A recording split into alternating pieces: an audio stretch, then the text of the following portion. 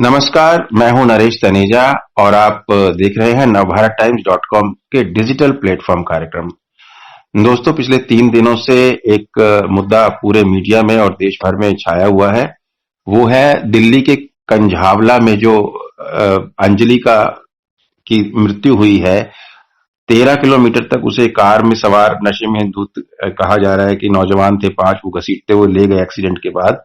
और इस पर तरह तरह की थ्योरीज सामने आ रही हैं। कोई पुलिस पर आरोप लगा रहा है, पार्टियां एक दूसरे पर आरोप लगा रही हैं, पॉलिटिकल पार्टियां, और खासकर बीजेपी पर आरोप लग रहे हैं कि पुलिस उनके हाथ में है दिल्ली में, क्योंकि दिल्ली जो है फुल स्टेट नहीं है। तो वो आरोप लग रहा है कि वो होने नहीं दे रही पूरी जांच, पुलिस भी चुप करके बैठी है। इन सारी बातों पर हम इस समय बात करने के लिए हमारे साथ मौजूद हैं देश की पहली महिला आईपीएस अधिकारी और हाल ही तक पुडुचेरी की राज्यपाल रही श्रीमती किरण बेदी। किरण जी नमस्कार, कार्यक्रम में स्वागत है आपका। नमस्ते जी। जैसा कि आप केस जानते हैं कि अंजलि नाम की लड़की की मृत्यु हुई है 31 तारीख की रात को। वो सुल्तानपुरी दिल्ली, जो वेस्ट, जहां पर आपका भी शायद रहा है वो एरिया डीसीपी होते हुए, वहां से वो कंझावला 13 किलोमीटर दूर तक उसको घसीटते हुए ले गए हैं। और ये कहा जा रहा है कि पुलिस इस मामले में चुप्पी साध के बैठी है, पूरा बात नहीं कर रही, बड़ी गुपचुप चल रही है। तो क्या कहना चाहेंगे आप इस पर? एक वैक्यूम सा आ जाता है। इसमें दो चीजें सामने स्पष्ट है। नंबर वन, जी जिसको हम इनकार नहीं कर सकते। जी नंबर वन, कि इतनी देर पुलिस कहाँ थी। जी पुलिस को, दिल्ली पुलिस को जरूर बहुत परेशानी हो रही होगी इस चीज को जवाब देने में, क्योंकि पहले एक बहुत बंधा हुआ सिस्टम था पुलिस कंट्रोल रूम वैन्स का। जी और पुलिस कंट्रोल रूम वैन एक एक्सक्लूसिव डिपार्टमेंट था और है भी अभी भी, जी लेकिन वो बड़ा स्ट्रांग था, जिसकी बहुत कई 100 गाड़ियां अलग अलग जगह पर पोजीशन की जाती थी और इन पोजीशंस को चेंज भी की जाती थी, इनकी चेकिंग भी होती थी, इनकी ट्रेनिंग भी होती थी और गाड़ियां अच्छी कंडीशन में रखी जाती थी ताकि इनका रिस्पांस टाइम, जवाबी टाइम, जो कि जल्दी से कॉल का जवाब दे सके, फर्स्ट रिस्पॉन्डर का रोल प्ले करे। और अभी तक करती आई। जी लेकिन ये जवाब अब पुलिस को बड़ा मुश्किल हो रहा देने को कि ये सिस्टम को किसने तोड़ा, क्यों तोड़ा और इसको बदला क्यों। जी क्योंकि बताया गया है कि ये ही सारी फोर्स, जो पुलिस वैन की तकरीबन सारी फोर्स, ये थानों में दे दी गई, पुलिस स्टेशन में गाड़ियां फिक्स कर दी गई कि चलिए थाने वाले इसको चलाए। नेचुरली थाने तो बहुत बड़े होते हैं जी और ये भी हो सकता है कि जब आप गाड़ी थाने में दे दो तो वो कहीं और काम पे गई चली जाए और कॉल को अटेंड ना कर पाए तो गाड़ी अवेलेबल नहीं होगी, तो नेचुरली आपका रिस्पांस टाइम इफेक्ट हो गया। तो ये जवाब दिल्ली पुलिस को देना पड़ेगा और मुझे बताया गया है कि ये इस प्रोग्राम को रिकंसिडर करने की कोशिश कर रहे हैं जल्दी ही और वापस लाने की कोशिश कर रहे हैं। तो पहला तो बड़ा इम्पोर्टेंट ये है कि ऐसी इम्पोर्टेंट सिस्टम को जब तोड़े तो क्या क्या समझ थी इसके पीछे, क्या गंभीरता थी, क्या अर्जेंसी थी। हाँ, उसके दुष्परिणाम सामने आ रहे हैं अब। सामने आ रहे हैं, तो ये तो साफ साफ है। दूसरा साफ साफ ये है कि देखिए, हमारी नौजवान पीढ़ी, लड़के हो या लड़कियां, दोनों का बुरा हाल हो रहा है इस वक्त। जी बुरा हाल हो रहा है जी। माँ बाप के कंट्रोल में ये लोग है नहीं। दो तरीके की यूथ इस वक्त तैयार हो रही है हमारी पीढ़ी, और हिंदुस्तान जी एक युवा प्रधान देश है जी और इस साल इसने वर्ल्ड में maximum population, most populated country of the world बन जाना है जी और उसमें maximum majority of the world population of India में। हम लोग कैसी यूथ तैयार कर रहे हैं, कैसी पनीरी तैयार कर रहे हैं। और ये अगर हमारे पास ऐसी पनीरी तैयार होगी, और ये पनीरी जन्म से तो नहीं होती, इनके तो माली होते हैं। ये जो पनीरी या पौध आप कह रहे हैं, इसकी वजह क्या, इस तरह की पौध तैयार होने की, इस तरह के नौजवान क्यों बन रहे हैं सारे? इनके माँ बाप से पूछो, आपको क्या कारण लगता है? नहीं, सोशियोलॉजी देखिए, ये केसेस सोशियोलॉजी का है। हमको हर केस में सोशियोलॉजिकल आंसर देना चाहिए कि ये बच्चे फेल कहाँ हुए। आफ्टर ऑल शुरू बच्चे जब पैदा होते हैं वो तो फेल्ड पैदा नहीं होते, फेल तो बन जाते, ये फेलियर बाद में बनते। कहीं आप ये तो नहीं कहना चाह रहे कि नैतिक मूल्यों में ह्रास हो गया है बहुत ज्यादा समाज? नैतिक मूल्यों में नहीं, माँ बाप की परवरिश में बहुत ज्यादा कमी हो चुकी है। क्या होनी चाहिए परवरिश? आपके माँ ऊपर। बाप सोचते बच्चे पैदा कर दिए तो बात को खत्म, हम्म, लेकिन ये नहीं समझते कि जब हम बच्चे पैदा करते हैं तो एक जीवन लाते हैं जिसकी जिम्मेवारी लेनी पड़ती है, जी। उसको शिक्षित करना पड़ता है, उसको उसकी परवरिश करनी पड़ती है, उसको समझदार बनाना पड़ता है। मैंने आज के अखबार में पढ़ा कि एक लड़का, इनमें इसका नाम, पूरा नाम मित्तल मित्तल का पूरा नाम है, हम्म, वो कहते, उनके पड़ोसी कह रहे थे ये तो शराब पी के दंगे करता ही था। हम्म।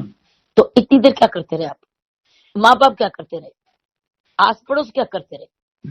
पुलिस का बीट सिस्टम क्या करता रहा? मैडम, अगर हम आप एक परिवार वाली भी रही हैं, ऑफिसर के अलावा माँ भी रही हैं। आप जरा समझाइए, समझाने वाले शब्दों में कि माँ बाप को प्रैक्टिकली क्या करना चाहिए ताकि ये इस तरह से भटके नहीं नौजवान। क्या ये हम विदेशी त्योहार मनाते हैं 31, उसका असर है, या क्या क्या वजह क्या है? नहीं, एक विदेशी त्योहार मनाने की बात नहीं होती है। त्योहार तो आ सकते हैं, लेकिन सवाल ये उठता है कि हम लोग उसको रिस्पॉन्ड कैसे करें। जी। माँ बाप की परवरिश कहाँ है? मैंने ये देखा है कि बहुत सारी माताएं खासकर अपने लड़कों से बड़े डरती हैं। क्यों? 14 साल का हो जाता है उससे डरती हैं। क्यों? 15 साल को जब वो धमकी देता है कि मुझे पैसे नहीं दोगे, मुझे ये नहीं करोगे, तो मैं घर छोड़ के चला जाऊंगा, वो धमकी हम्म, देता है। हम्म, और उसकी दोस्तों में टाइम, और उसके लिए कोई टाइम की पाबंदी नहीं।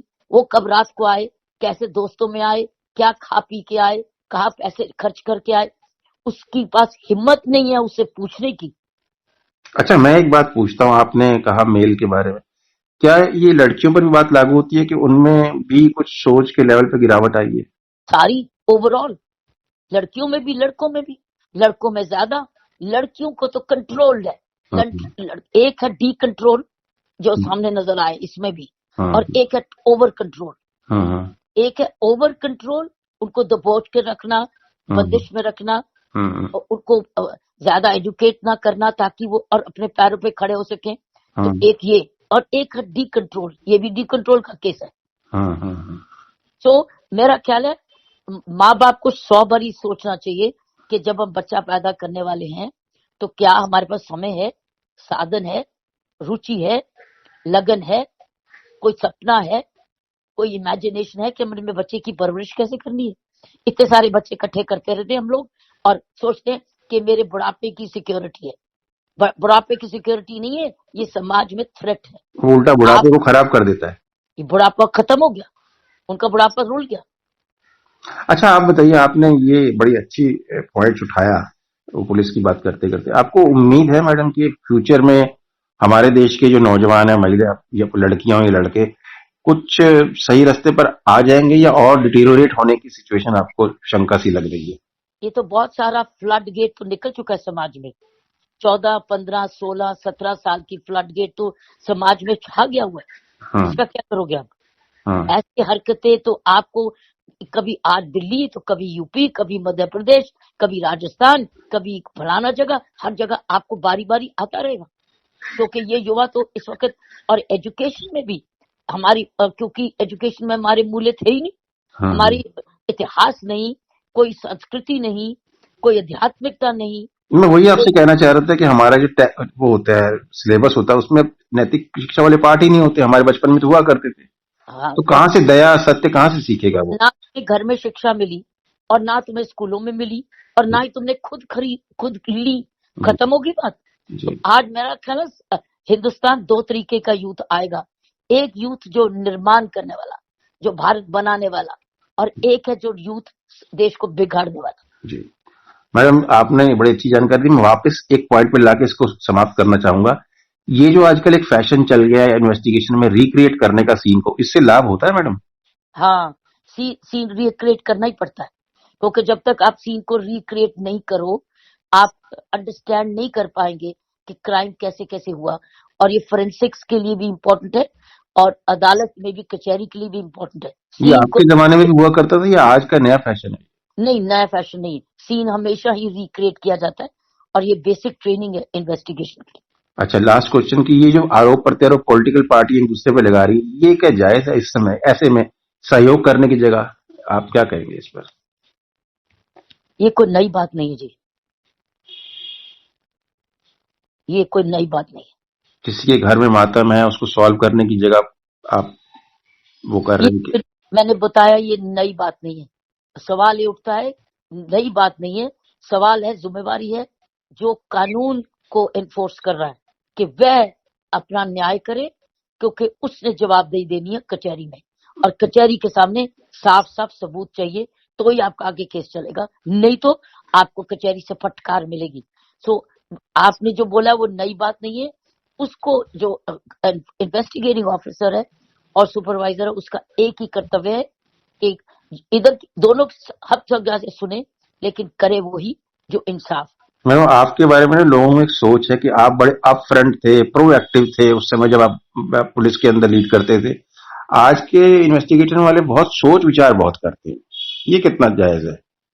शायद कचहरी ज्यादा बारीकी तक मांगती है हर चीज, विश्वास, एविडेंस को और भी डिपेंड करता है कोर्ट टू कोर्ट, लेकिन थॉरोनेस। लेकिन अब फोरेंसिक्स भी अच्छी हो गई है। पहले हमारे टाइम में फोरेंसिक्स बिल्कुल नहीं थी।